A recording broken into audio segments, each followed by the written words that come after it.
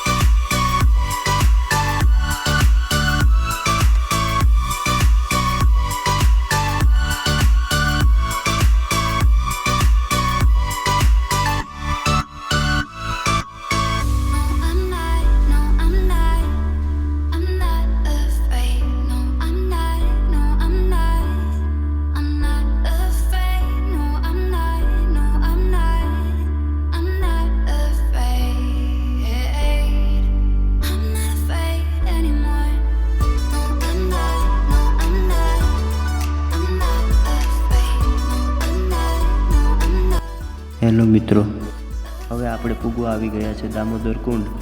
ત્યાં મોક્ષ પીપળો આવેલો છે અને દામોદર કુંડ ખૂબ પ્રાચીન જગ્યા છે એવું માનવામાં આવે છે. નરસિંહ મહેતાએ ખુદવે આ તળાવની મુલાકાત લીધેલી હતી. જો મિત્રો, આ દામોદર કુંડનું મંદિર કેવું મસ્ત લાગે છે. પ્રકૃતિના ખોળામાં આ મંદિરનું દ્રશ્ય કંઈક અલગ જ લાગે છે. આ દ્રશ્યને માણતા માણતા આપણે નીકળી ગયા ગિરનારની તરફ.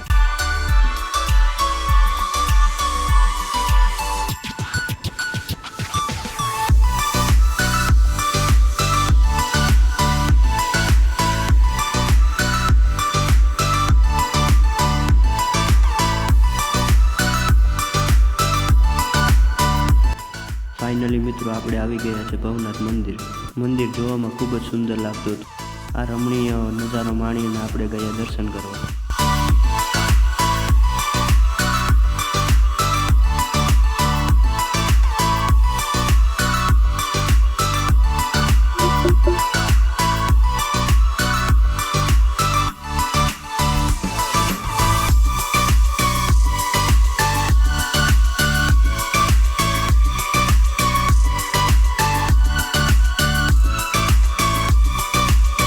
ચાલો મિત્રો, દર્શન કરવા.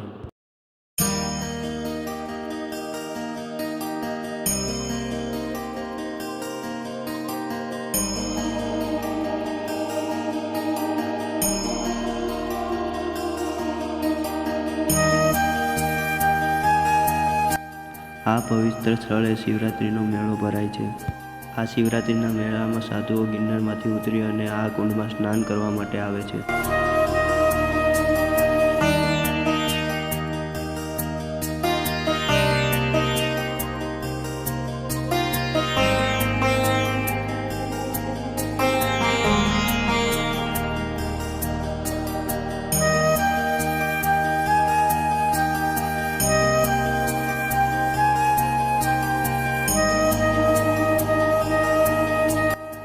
મિત્રો, આ જે સામે દેખાય છે તે છે અખંડ ધૂણો. ચાલો બતાવું.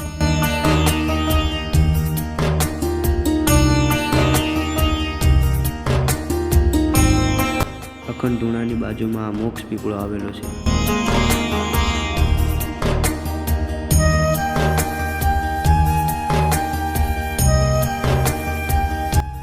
એવી માન્યતા માનવામાં આવે છે કે મહાદેવ ખુદ સાધુનું રૂપ ધારણ કરી અને સ્નાન કરવા માટે આવે છે.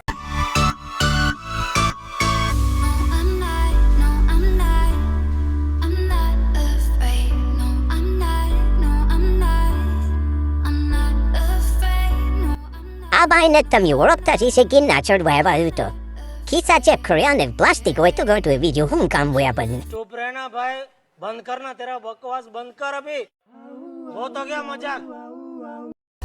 પહેલે પગથિયે શ્રી ગણેશ કરી અને ગિરનાર ચડવાનું ચાલુ કર્યું.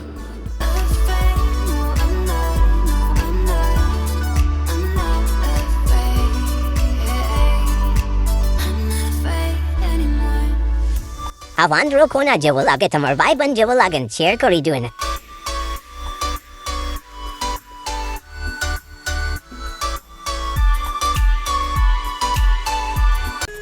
કિન્ના હનુમાન દાદાને નમન કરીને નીકળી જાય આપણે આગળની તરફ.